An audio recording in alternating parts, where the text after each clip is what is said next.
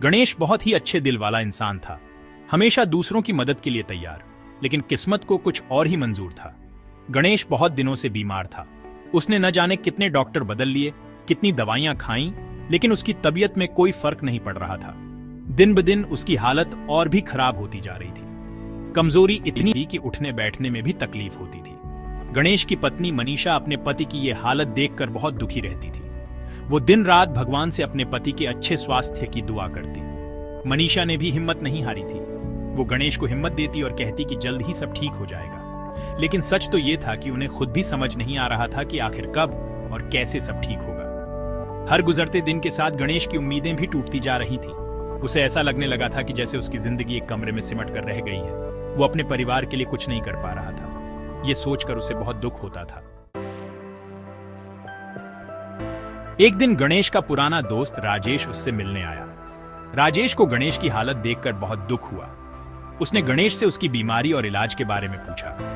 गणेश ने बताया कि उसने बहुत से डॉक्टर दिखा लिए हैं, लेकिन उसकी बीमारी का कोई पक्का इलाज नहीं मिल पा रहा है। राजेश ने गणेश को एक नई तकनीक के बारे में बताया। ये तकनीक थी फल आधारित एडवांस्ड स्टेम सेल थेरेपी।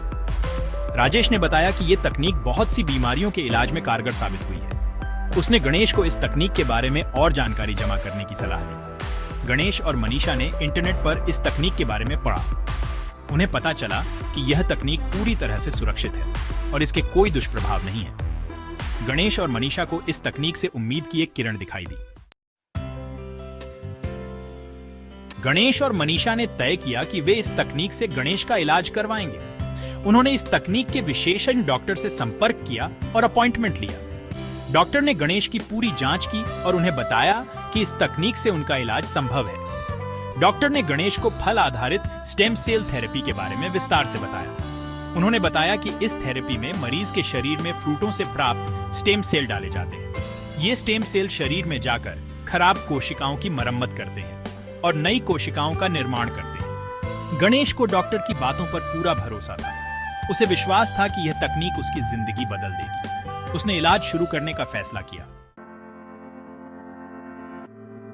फल आधारित स्टेम सेल थेरेपी शुरू होने के बाद गणेश को कुछ ही दिनों में फर्क महसूस होने लगा। उसकी कमजोरी कम होने लगी थी और उसे पहले से अच्छी नींद आने लगी थी। मनीषा भी गणेश में हो रहे इस बदलाव को देखकर बहुत खुश थी। गणेश नियमित रूप से थेरेपी लेता रहा और धीरे धीरे उसकी सेहत में सुधार होता गया। वह पहले से ज्यादा एक्टिव रहने लगा था। अब वह अपने रोजमर्रा के काम खुद करने लगा था। उसे अब उठने बैठने में भी पहले जैसी तकलीफ नहीं होती थी। थेरेपी के दौरान गणेश का मनोबल भी बढ़ता गया। उसे अपनी सेहत में हो रहे सुधार से बहुत खुशी मिल रही थी। उसे अब लगने लगा था कि वह जल्द ही पूरी तरह से स्वस्थ हो जाएगा। कुछ महीनों बाद गणेश पूरी तरह से स्वस्थ हो गया। फल आधारित स्टेम सेल थेरेपी ने उसकी जिंदगी बदल दी थी। उसे अब पहले जैसी कोई तकलीफ नहीं थी। वह एक स्वस्थ जीवन जी रहा था। गणेश और मनीषा की खुशी का ठिकाना नहीं रहा। उन्होंने डॉक्टर और राजेश का तहे दिल से शुक्रिया अदा किया। गणेश ने ठान लिया था कि वह इस तकनीक के बारे में ज्यादा से ज्यादा लोगों को बताएगा। गणेश अब अपने परिवार के साथ खुशी खुशी जीवन बिता रहा था। वह अपने बच्चों के साथ खेलता, उनके साथ समय बिताता।